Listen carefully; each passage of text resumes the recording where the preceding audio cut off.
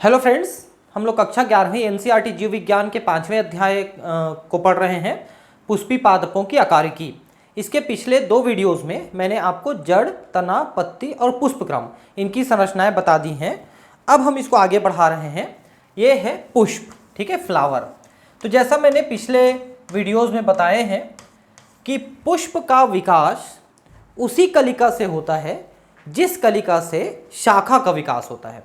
जैसे कि ये एक स्टेम है, यहाँ पर एक लीफ है, तो लीफ के बेस में यहाँ पर एक कलिका होती है जिसको हम कक्षस्थ कलिका कहते हैं, ठीक है, एक्सियल बड। इसी से या तो शाखा का विकास होता है ज़्यादातर समय में, या इसी से पुष्प का विकास होता है। तो अपन ये मानते हैं कि जो पुष्प होता है, पुष्प जो होता है वो किसी शाखा का ही रूपांतरित रूप है। प्ररोह का रूपांतरित रूप है पुष्प। तो जिस तरह से शाखा में बहुत सारी पत्तियां लगी होती हैं, उसी तरह से पुष्प में भी बहुत सारी पत्तियां लगी होती हैं, और उन पत्तियों को हम कैलिक्स, कोरोला, एंड्रोशियम, गायनोशियम यानी कि बाह्य दल है ना, पुमंग और जायांग के नाम से जानते हैं, जो इनके प्रजनन कार्य में सहायता करते हैं। ठीक है, तो इन्हीं को अब हम यहाँ पर ठीक से पढ़ेंगे। एंजियोस्पर्म का मतलब होता है पुष्पीय पादप, है ना। एल्गी होते हैं, ब्रायोफाइटा, टेरिडोफाइटा, जिम्नोस्पर्म और एंजियोस्पर्म। तो इनमें जो एंजियोस्पर्म है उन्हीं में पुष्पों का विकास होता है, और ये पूरी धरती में आज इन्हीं का मुख्यतः राज चलता है। इससे पहले जब मिसोजोइक एरा चल रहा था, महाकल्प, तो उस समय जिम्नोस्पर्म थे। आज जो सिनोजोइक महाकल्प चल रहा है, तो इसमें एंजियोस्पर्म का राज है पूरी धरती में। तो एंजियोस्पर्म में पुष्प एक बहुत महत्वपूर्ण ध्यानाकर्षी रचना है। यहाँ पर ध्यानाकर्षी क्यों लिखा है? क्योंकि आप जब गार्डन वार्डन में, घरों में जब तरह तरह के पुष्प देखते हैं, तो अनायास आपका ध्यान उनके तरफ जाता ही है, यार ये कितने सुंदर फूल हैं, है ना। और कई बार लोग क्या करते हैं, उनको तोड़ लेते हैं, लेकिन एक्चुअली फूलों की शोभा जो है उसके पादप में लगे होने पर ही होता है। ठीक है, आप उनको मत तोड़िए, आप देखिए बस। ठीक है, यह एक रूपांतरित प्ररोह है। मैंने अभी बताया कैसे रूपांतरित है। लैंगिक जनन के लिए इसका रूपांतरण हुआ है।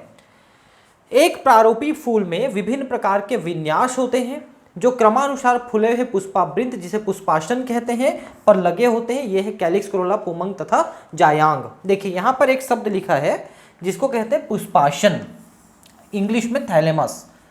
तो थैलेमस क्या होता है? पुष्प का ये आधार भाग होता है जहाँ पर ये बाह्य दल यानी कि कैलिक्स, है ना, कोरोला यानी कि दल, फिर एंड्रोशियम और फिर गायनोशियम लगे होते हैं। ठीक है, ये लगे होते हैं। तो इसका जो आधारी भाग है इसको हम कहते हैं पुष्पासन, या इसी को इंग्लिश में कहते हैं थैलेमस। ठीक है, और इसके बाद देखिए कि ये जो पुष्प का वृंत है इसको हम कहते हैं पेडिसेल। ठीक है, पुष्प वृंत है पेडिसेल। जिसमें पेडिसेल होता है उस पुष्प को पेडिसिलेट कहते हैं, और जिसमें ये पेडिसेल नहीं होता है उसे हम सेसाइल कहते हैं। अवृंत और सबृंत, ठीक है, जिसमें वृंत होता है, सबृंत यानी पेडिसिलेट नहीं है तो सेसाइल यानी अवृंत, है ना, और इसको पुष्पासन कहते हैं। कैलिक्स का मतलब क्या होता है? देखिए, कैलिक्स का मतलब होता है बाह्य दल पुंज, बाह्य दल पुंज एक्चुअली। तो बाहर में जो 4-5 पत्तियां आप देखना, जैसे एक पुष्प होता है तो पुष्प में नीचे की तरफ 4-5 हरी पत्तियां लगी होती हैं, उनको सभी को मिला के हम कहते हैं कैलिक्स यानी बाह्य दल पुंज। और उसमें से हर एक को, एक एक लीफ को अपन कहते हैं सेपल। सेपल का मतलब होता है बाह्य दल, और ग्रुप को हम कहते हैं बाह्य दल पुंज या कैलिक्स। उसके बाद जो हरे के बाद जो कलर वाले रहते हैं, जैसे गुलाब वगैरह में जो कलर लीफ होते हैं, उनको सभी को मिला के हम कहते हैं कोरोला यानी दल पुंज, और उसके एक एक को हम कहते हैं पेटल।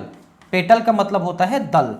ठीक है, पेटल मतलब दल, और दल पुंज का मतलब कोरोला, मतलब पूरे ग्रुप को कोरोला, दल पुंज, और एक एक को हम कहते हैं पेटल यानी दल।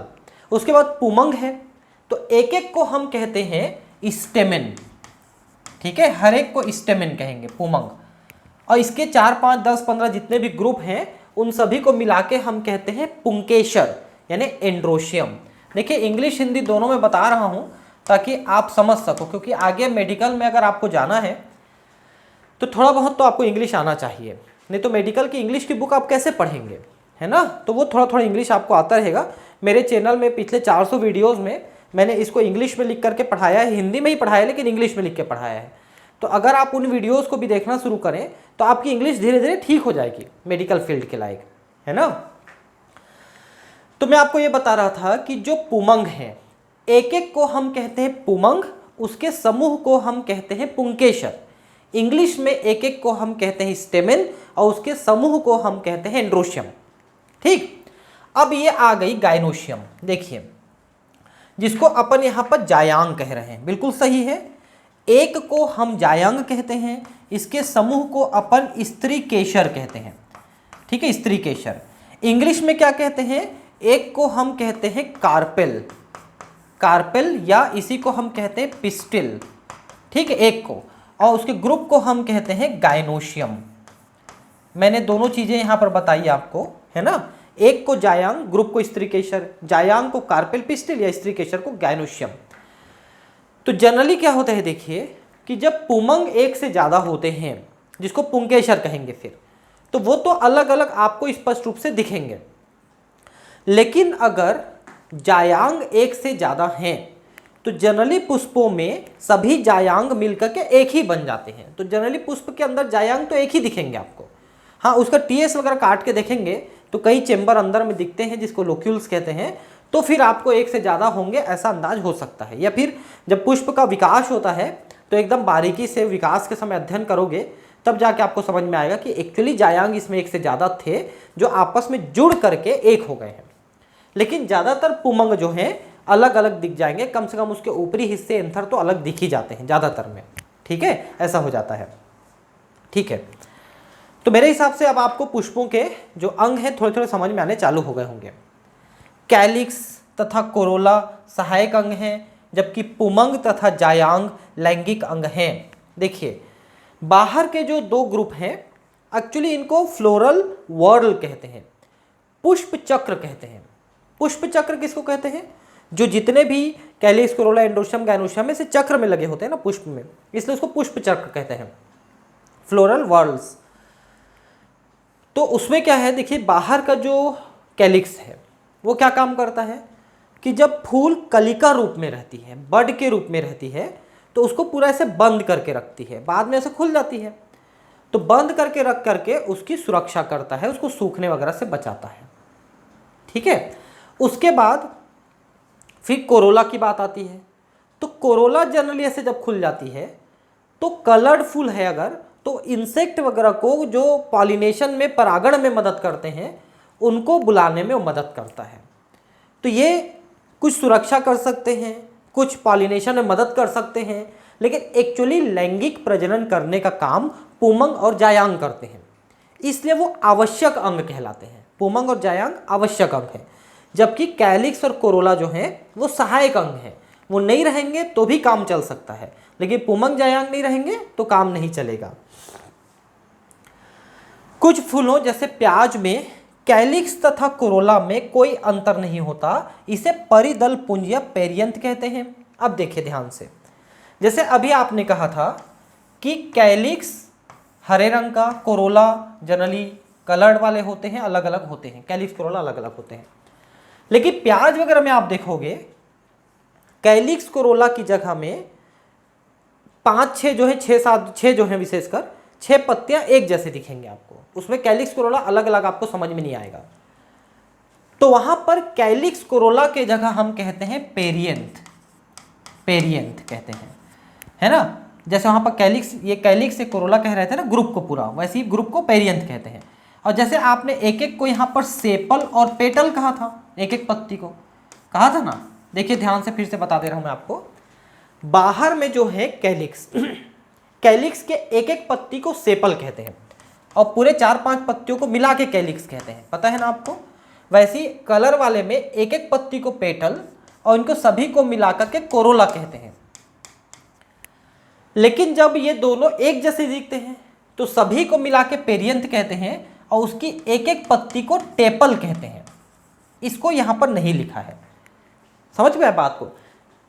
सेपल पेटल वैसी टेपल, कैलिक्स कोरोला तो पेरियंथ। 6 होते हैं, 3 बाहर में 3 अंदर में प्याज में, है ना, लिलिएसी फैमिली की बड़ी विशेषता है। प्याज, लहसुन, लिली, ये लिलिएसी फैमिली के हैं।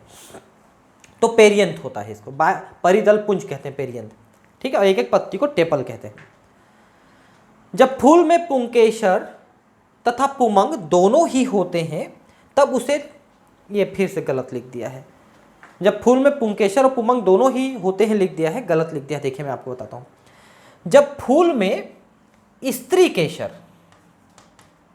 यानी कि जायांग और पुमंग दोनों होते हैं तब उसे द्विलिंगी या उभयलिंगी कहते हैं। जब किसी पुष्प में नर और मादा अंग दोनों रहते हैं, मादा अंग को जायांग और नर अंग को पुमंग कहते हैं। जब दोनों होते हैं तब वे द्विलिंगी या उभयलिंगी होते हैं। यदि किसी में केवल पुंकेसर या केवल जायांग या अंडप होती है तो उसे एक लिंगी कहते हैं, ठीक है।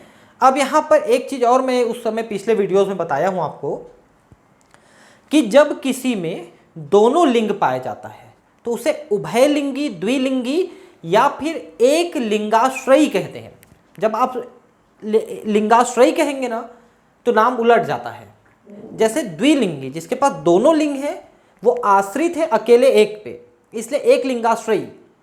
लेकिन जिसके पास एक ही लिंग है, जैसे हम लोग हैं, हम लोग एक लिंगी हैं, तो हमारे पास एक लिंग होने के कारण से हम दो पे डिपेंड करते हैं, दो पे आश्रित हैं, इसलिए हम लोग द्विलिंगाश्रयी हैं।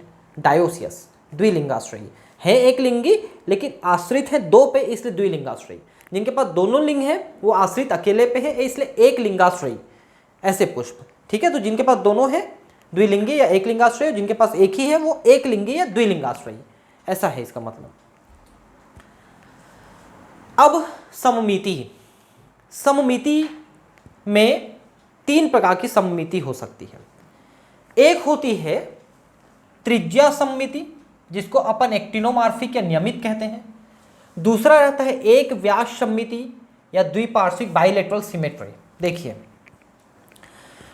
जब किसी पुष्प को आप ऐसे पकड़ के, पुष्प है ये, किसी भी दिशा से काटें और ये दो बराबर हिस्से में कट जाए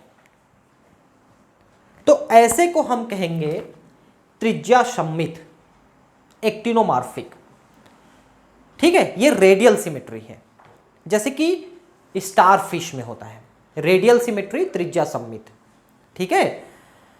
कहीं से भी काट सकते हैं। लेकिन अगर पुष्प को केवल एक दिशा से ही काट सकते हो, जैसे कि मटर का पुष्प इस तरह से बना होता है कि उसको सिर्फ एक दिशा से ऐसे काट सकते हैं अपन।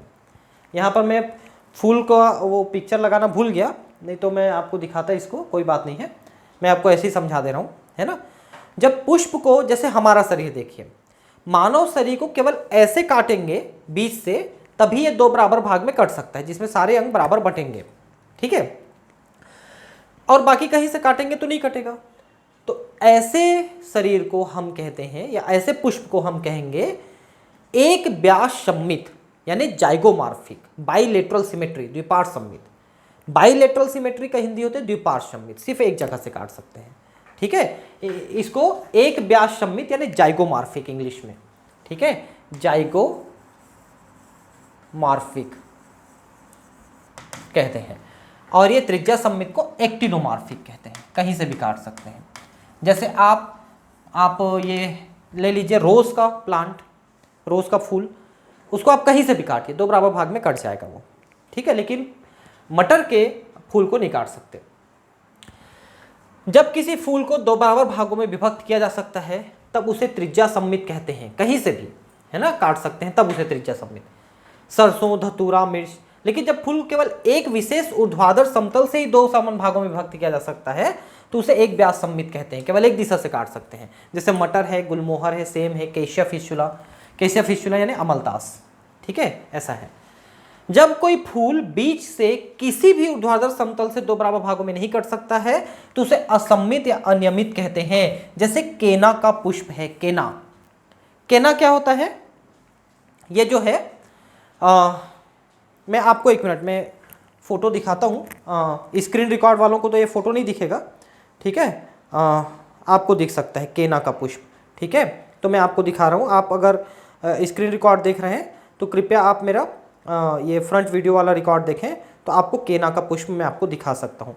ये केना का पुष्प है, अगर आपको दिख रहा है देखिए केना का पुष्प है ना, ये बिल्कुल असममित है, ठीक है। और पी फ्लावर में आपको दिखा देता हूँ जो केवल एक दिशा से कट सकता है, ठीक है। पी फ्लावर, ये देखिए पी फ्लावर, ये पी का फ्लावर है, देखिए इसको आप केवल एक दिशा से काट सकते हैं, ठीक है, और कई दिशा से नहीं कट सकता है, ऐसा है ये, ठीक है। तो ये सब मैंने आपको सममिति दिखाया, ठीक है। अब देखिए एक पुष्प त्रितयी, चतुष्टयी, पंचतयी हो सकते हैं।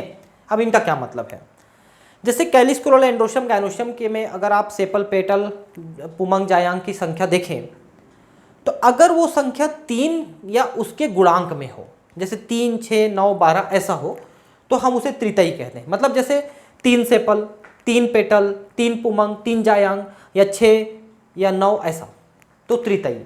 चतुष्टयी में 4, 4, 4, 4 रहेंगे या 8, 8, 8, 8 रहेंगे। पंचतयी में 5, 5 या 10, 10 ऐसे रहेंगे। मतलब गुणांक 3 के गुणांक में, 4 के गुणांक में या 5 के गुणांक में उनके संख्याएं रहेंगी कैलिस कोरोला, एंड्रोशियम, गायनोशियम की। ये देखिए 3, 4 या 5 के गुणांक में हो सकती हैं। जिस पुष्प में सहपत्र होते हैं, है ना, उसे सहपत्री कहते हैं। देखिए सहपत्र क्या है, इसको इंग्लिश में हम कहते हैं ब्रेक्ट, ठीक है। तो जहां से पुष्प निकलता है उसके साइड में यहां पर एक पुष्प जैसी एक लीफ जैसी, एक पत्ती जैसी संरचना होती है, इसको सहपत्र या ब्रेक्ट कहते हैं। तो जिस पुष्प में यह ब्रेक्ट दिखता है उसे ब्रेक्टिएट या सहपत्री कहते हैं, और अगर नहीं होता है तो उसे इब्रेक्टिएट या सहपत्रहीन पुष्प कहेंगे। सहपत्र नहीं रहेगा तो सहपत्रहीन पुष्प कहेंगे, ठीक है। अब देखिए पुष्प वृंत पर कैलिस कोरोला, एंड्रोशियम, गायनोशियम की सापेक्ष स्थिति के आधार पर पुष्प को अधोजायांगता यानी हाइपोगाइनस, परिजायांगता यानी पेरीगाइनस तथा अधिजायांगता यानी कि एपीगाइनस कहते हैं। देखिए ये मैं आपको फोटो दिखाता हूं, देखिए इसमें जो अ है अधोजायांगता है, देखिए हाइपोगाइनस, हाइपोगाइनस इसका क्या मतलब होता है। देखिए अगर आप पोजीशन देखें तो ये थैलेमस है, पुष्पासन, जहां से ये कैलिक्स निकला है, देख सकते हैं, फिर ये कोरोला निकला है ना, ये कोरोला है, फिर एंड्रोशियम है और ये गायनोशियम है, ये वाला गायनोशियम है, ठीक। तो आप निकलने का ढंग देखिए कि जो गायनोशियम की ओवरी है वो सबसे ऊपर में है और बाकी चीजें इसके नीचे से निकली हैं, देख सकते हैं। मतलब ओवरी सबसे ऊपर, बाकी चीजें उसके नीचे से निकली हैं, तो इसको हम कहेंगे हाइपोगाइनस या सुपीरियर ओवरी। ओवरी सबसे ऊपर में, सुपीरियर, हाइपोगाइनस। हाइपो मतलब नीचे और गाइनस का मतलब फीमेल के अंग से नीचे से निकले हैं ये, हाइपोगाइनस, ठीक है। अब ये दूसरे वाले को मत देखिए, इसमें ठीक से समझ में नहीं आएगा। तीसरे वाले को देखिए, तीसरे वाले में आपको दिखेगा कि ये सारी चीजें बराबर हिस्से से निकली हैं, देख सकते हैं। मतलब जो फीमेल की गायनोशियम है, ओवरी है, उसी के बराबर हिस्से से कैलिस कोरोला, एंड्रोशियम, गायनोशियम निकले हैं, तो इसको परिजायांगता या पेरीगाइनस कहते हैं, पेरीगाइनस, ठीक है। और जब ये ओवरी सबसे नीचे में है और बाकी चीजें इसके ऊपर से निकले हैं तो इसे अधिजायांगता या एपीगाइनस कहते हैं, ठीक है। अब एक चीज देखिए ध्यान से, हमने यहां पर इसको हाइपोगाइनस को सुपीरियर ओवरी कहा था क्योंकि ओवरी सबसे ऊपर में है। एपीगाइनस को हम इंफीरियर ओवरी कहेंगे क्योंकि ओवरी सबसे नीचे में है। और ये जो पेरीगाइनस है इसको हम कहते हैं सेमी इंफीरियर, बराबर रहता है तो सेमी इंफीरियर, आधा नीचे आधा ऊपर, ऐसा बराबर, तो सेमी इंफीरियर। तो 3 अवस्थाएं हैं, ओवरी सबसे ऊपर, बाकी चीजें नीचे, ओवरी सबसे नीचे, बाकी चीजें ऊपर, और ये ओवरी और बाकी चीजें सब बराबर। तो hypogynous, epigynous, perigynous, superior ovary, inferior ovary, semi inferior ovary, इनको इंग्लिश में कहते हैं। हिंदी में सबका नाम लिखा है इसलिए हिंदी को मेरे को बताने की बार बार जरूरत नहीं है। अधोजायांगता, परिजायांगता और अधिजायांगता, ठीक है, ये नाम है इनका। अधोजायांगता में जायांग सर्वोच्च स्थान पर स्थित होता है और अन्य अंग नीचे होते हैं। ऐसे फूलों में अंडाशय ऊर्ध्ववर्ती होते हैं। ठीक है, ऊर्ध्ववर्ती का मतलब सुपीरियर ओवरी। ठीक है, मतलब सबसे ऊपर में अंडाशय, बाकी चीजें नीचे। इसके सामान्य उदाहरण में सरसों, गुलहड़, बैगन ये सब हैं। गुलहड़ आप जानते हैं ना, लाल पुष्प जो देवी माता में चढ़ाने के लिए निकालते हैं, जिसको अपन मदार भी बोल देते हैं, लेकिन एक्चुअली वो गुलहड़ है। मदार तो वो आँख वाला पौधा होता है। परिजायांगता में अंडाशय मध्य में होता है, अन्य भाग पुष्पासन के किनारे पर स्थित होते हैं, लगभग समान ऊंचाई पर सब स्थित होते हैं। इसमें अंडाशय आधा ऊर्ध्ववर्ती होता है, अधोवर्ती होता है, सेमी इन्फीरियर। अधोवर्ती लिखा है ना, सेमी इन्फीरियर। इसके समान उदाहरण है पल्म। एक्चुअली पल्म नहीं होता, प्लम है। प्लम मतलब बेर। गुलाब, आडू ये सब है। आडू मतलब पीच। ठीक है, और अधिजायांगता मतलब ये है एपिगाइनस। ठीक है, पुष्पासन के किनारे ऊपर की वृद्धि करते हैं, वे अंडाशय को पूरी तरह से घेर लेते हैं और इससे संलग्न हो जाते हैं। पुष्प के अन्य भाग अंडाशय के ऊपर से उगते हैं, इसलिए इसको अधोवर्ती यानी कि इंफीरियर ओवरी कहते हैं। इसके उदाहरण है सूरजमुखी के अरि पुष्प, अमरूद तथा घिया। देखिए, सूरजमुखी और गेंदा ये अपने आप में एक पुष्प क्रम है। पुष्प क्रम मैंने पिछले वीडियो में पढ़ाया है, लेकिन इसमें इनका जिक्र नहीं था। ठीक है, मैं आपको ऐसे ही बता रहा हूं, देखिए ध्यान से। सूर्यमुखी और गेंदा अपने आप में पुष्प क्रम है, वो पुष्प नहीं है। और उसकी जो एक एक पत्तियां से आप निकाल सकते हो, वो अपने आप में एक एक पुष्प है, जिनको अपन फ्लोरेट कहते हैं। फ्लावर न कह के फ्लोरेट कहते हैं, पुष्पक।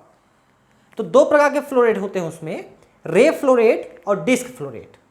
किनारे किनारे में रे फ्लोरेट होते हैं, अंदर तरफ में डिस्क फ्लोरेट से गोल गोल मुड़े होते हैं। ठीक है, तो उन्हीं के बारे में बात कर रहे हैं। अरे पुष्पक मतलब रे फ्लोरेट।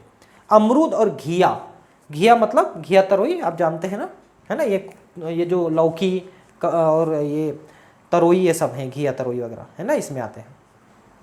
तो इनमें अधोवर्ती है, इंफीरियर ओवरी है, मतलब ओवरी सबसे नीचे, बाकी चीजें उसके ऊपर में है।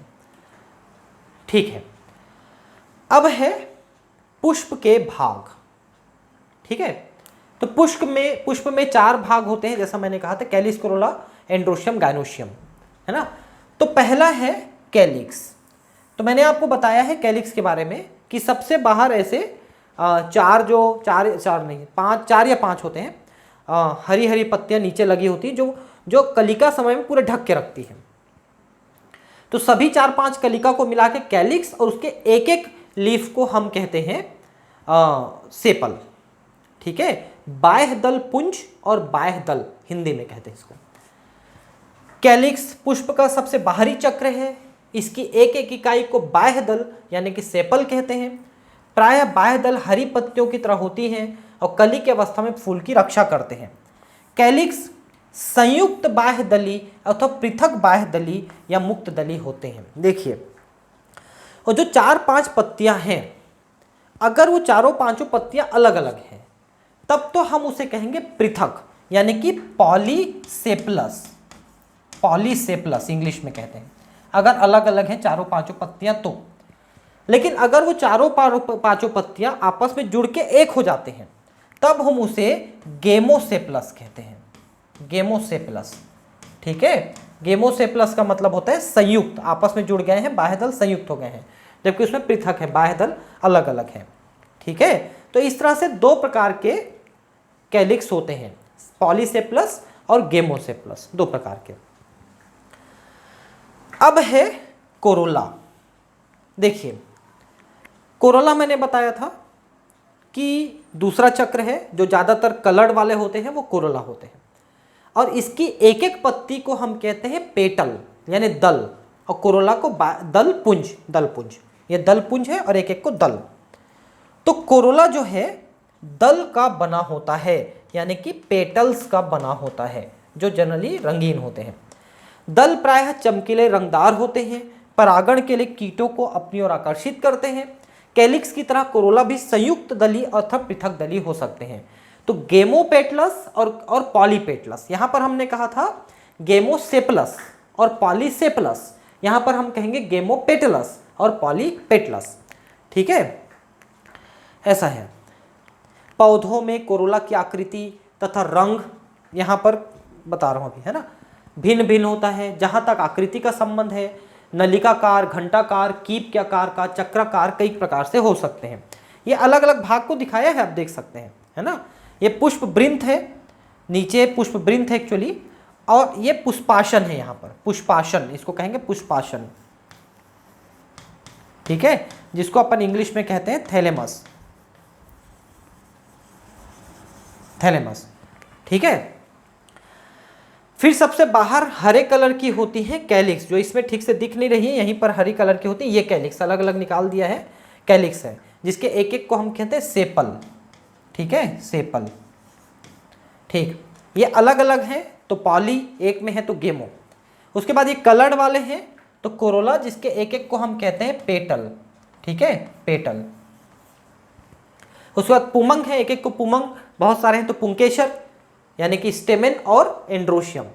वैसी जायांग और गाइनोशियम, ठीक है, एक को जायांग, बहुत सारे हैं तो गाइनोशियम, यानी कि स्त्री केसर, है ना। तो अलग अलग हैं, आपको हिंदी इंग्लिश दोनों में नाम याद करना पड़ रहा है, कोई बात नहीं है। आप इसीलिए तो हिंदी मीडियम के जो बच्चे होते हैं ना, उनका ब्रेन पावर ज़्यादा होता है, क्योंकि वो हिंदी को भी समझ लेते हैं, इंग्लिश को भी समझ लेते हैं। जबकि इंग्लिश वाले जो बच्चे होते हैं वो लोग इंग्लिश को ही समझ पाते हैं, हिंदी को नहीं समझते। तो आपका ब्रेन ज़्यादा एक्टिव रहता है, इसीलिए हिंदी वालों का ब्रेन वो ज़्यादा कैचिंग पावर वाला रहता है। अब हमने देखा है कि जो टॉपर्स होते हैं कॉम्पिटिटिव एग्जाम्स वगैरह में, उसमें से ज़्यादातर हिंदी मीडियम के भी लोग होते हैं, है ना, कोई भी कॉम्पिटिटिव एग्जाम में, क्योंकि उनका ब्रेन ज़्यादा एक्टिव रहता है, वो ज़्यादा अच्छे ढंग से समझ पाते हैं किसी भी चीज़ को, ठीक है। अब यहाँ पर जो आकार है इनका, ये जो कैलिक्स कोरोला का जो आकार है वो अलग अलग होता है। किसी में ऐसे घंटी जैसा दिखेगा, है ना, किसी में ऐसे कीप जैसा दिखेगा, वो अलग अलग फूलों का शेप हो जाता है, नलिकाकार, घंटाकार, कीप के आकार का, कई प्रकार का हो सकता है, ठीक है। पुष्प दल विन्यास, पुष्प कली में उसी चक्र की अन्य इकाइयों के सापेक्ष बाह्य दल अथवा दल के लगे रहने क्रम को पुष्प दल विन्यास कहते हैं। देखिए इसको आप देखिए, इन सभी को आप जरा ध्यान से देखेंगे, इसके ऊपर वाले भाग को ही केवल छापा हुआ है यहाँ पर, ठीक है, इनमें तो दोनों को देख के आप समझ सकते हैं। जरा ध्यान से देखिए, इनमें आप देखिए कि सभी जो पेटल्स हैं अलग अलग हैं, एक दूसरे के ऊपर चढ़े उतरे नहीं हैं। जबकि इसमें देखिए कि एक दूसरे के ऊपर चढ़े उतरे दिख रहे हैं ना, है ना।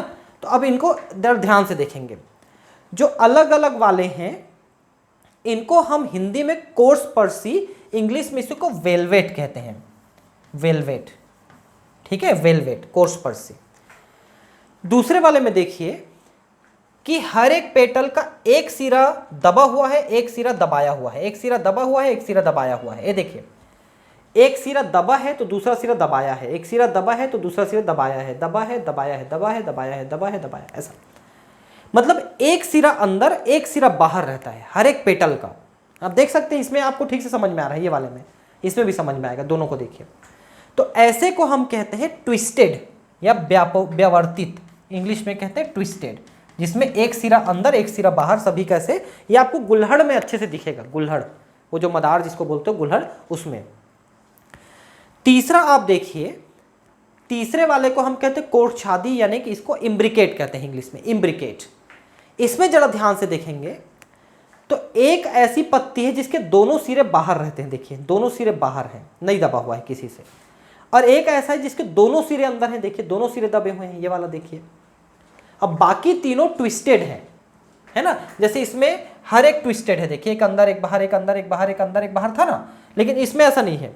इसमें आप देखेंगे कि एक ऐसा है जिसके दोनों सिरे बाहर हैं, एक ऐसा है जिसके दोनों सिरे अंदर हैं, बाकी तीनों ट्विस्टेड हैं, देखिए एक अंदर एक बाहर, एक अंदर एक बाहर, इस टाइप के बने हुए हैं। इन दोनों में आप अंतर समझ गए, इसमें सभी जो है ट्विस्टेड हैं, सभी के अंदर बाहर हैं, लेकिन इसमें सिर्फ 3 ट्विस्टेड हैं, और एक ऐसा है जो पूरी तरह से बाहर है, एक ऐसा है जो पूरी तरह से अंदर है, ऐसा है, ये इम्ब्रिकेट कहलाता है, ठीक है। और ये है वैक्सिलरी, ये आपको मटर वाले पुष्प में देखने को मिलेगा। अभी जो मैंने आपको फोटो दिखाया था मटर का, ये वही फोटो है, देख सकते हैं ध्यान से। इसमें एक ऐसे ऐसे पुष्प रहता है, तो एक बड़ा सा ऊपर में रहता है, ये देखिए बड़ा सा, ठीक है। इस बड़े से जो होते हैं इसको हम कहते हैं स्टैंडर्ड, इसको स्टैंडर्ड या वैक्सिलम कहते हैं, स्टैंडर्ड, स्टैंडर्ड, ठीक है, या वैक्सिलम कहते हैं इसी को, ठीक है। और उसके बाद दो छोटे होते हैं, इसको कहते हैं विंग्स। उसके बाद दो और छोटे होते हैं, इसे को कहते हैं कील या कैरिना। ऐसा करके 5 होते हैं टोटल, ठीक है।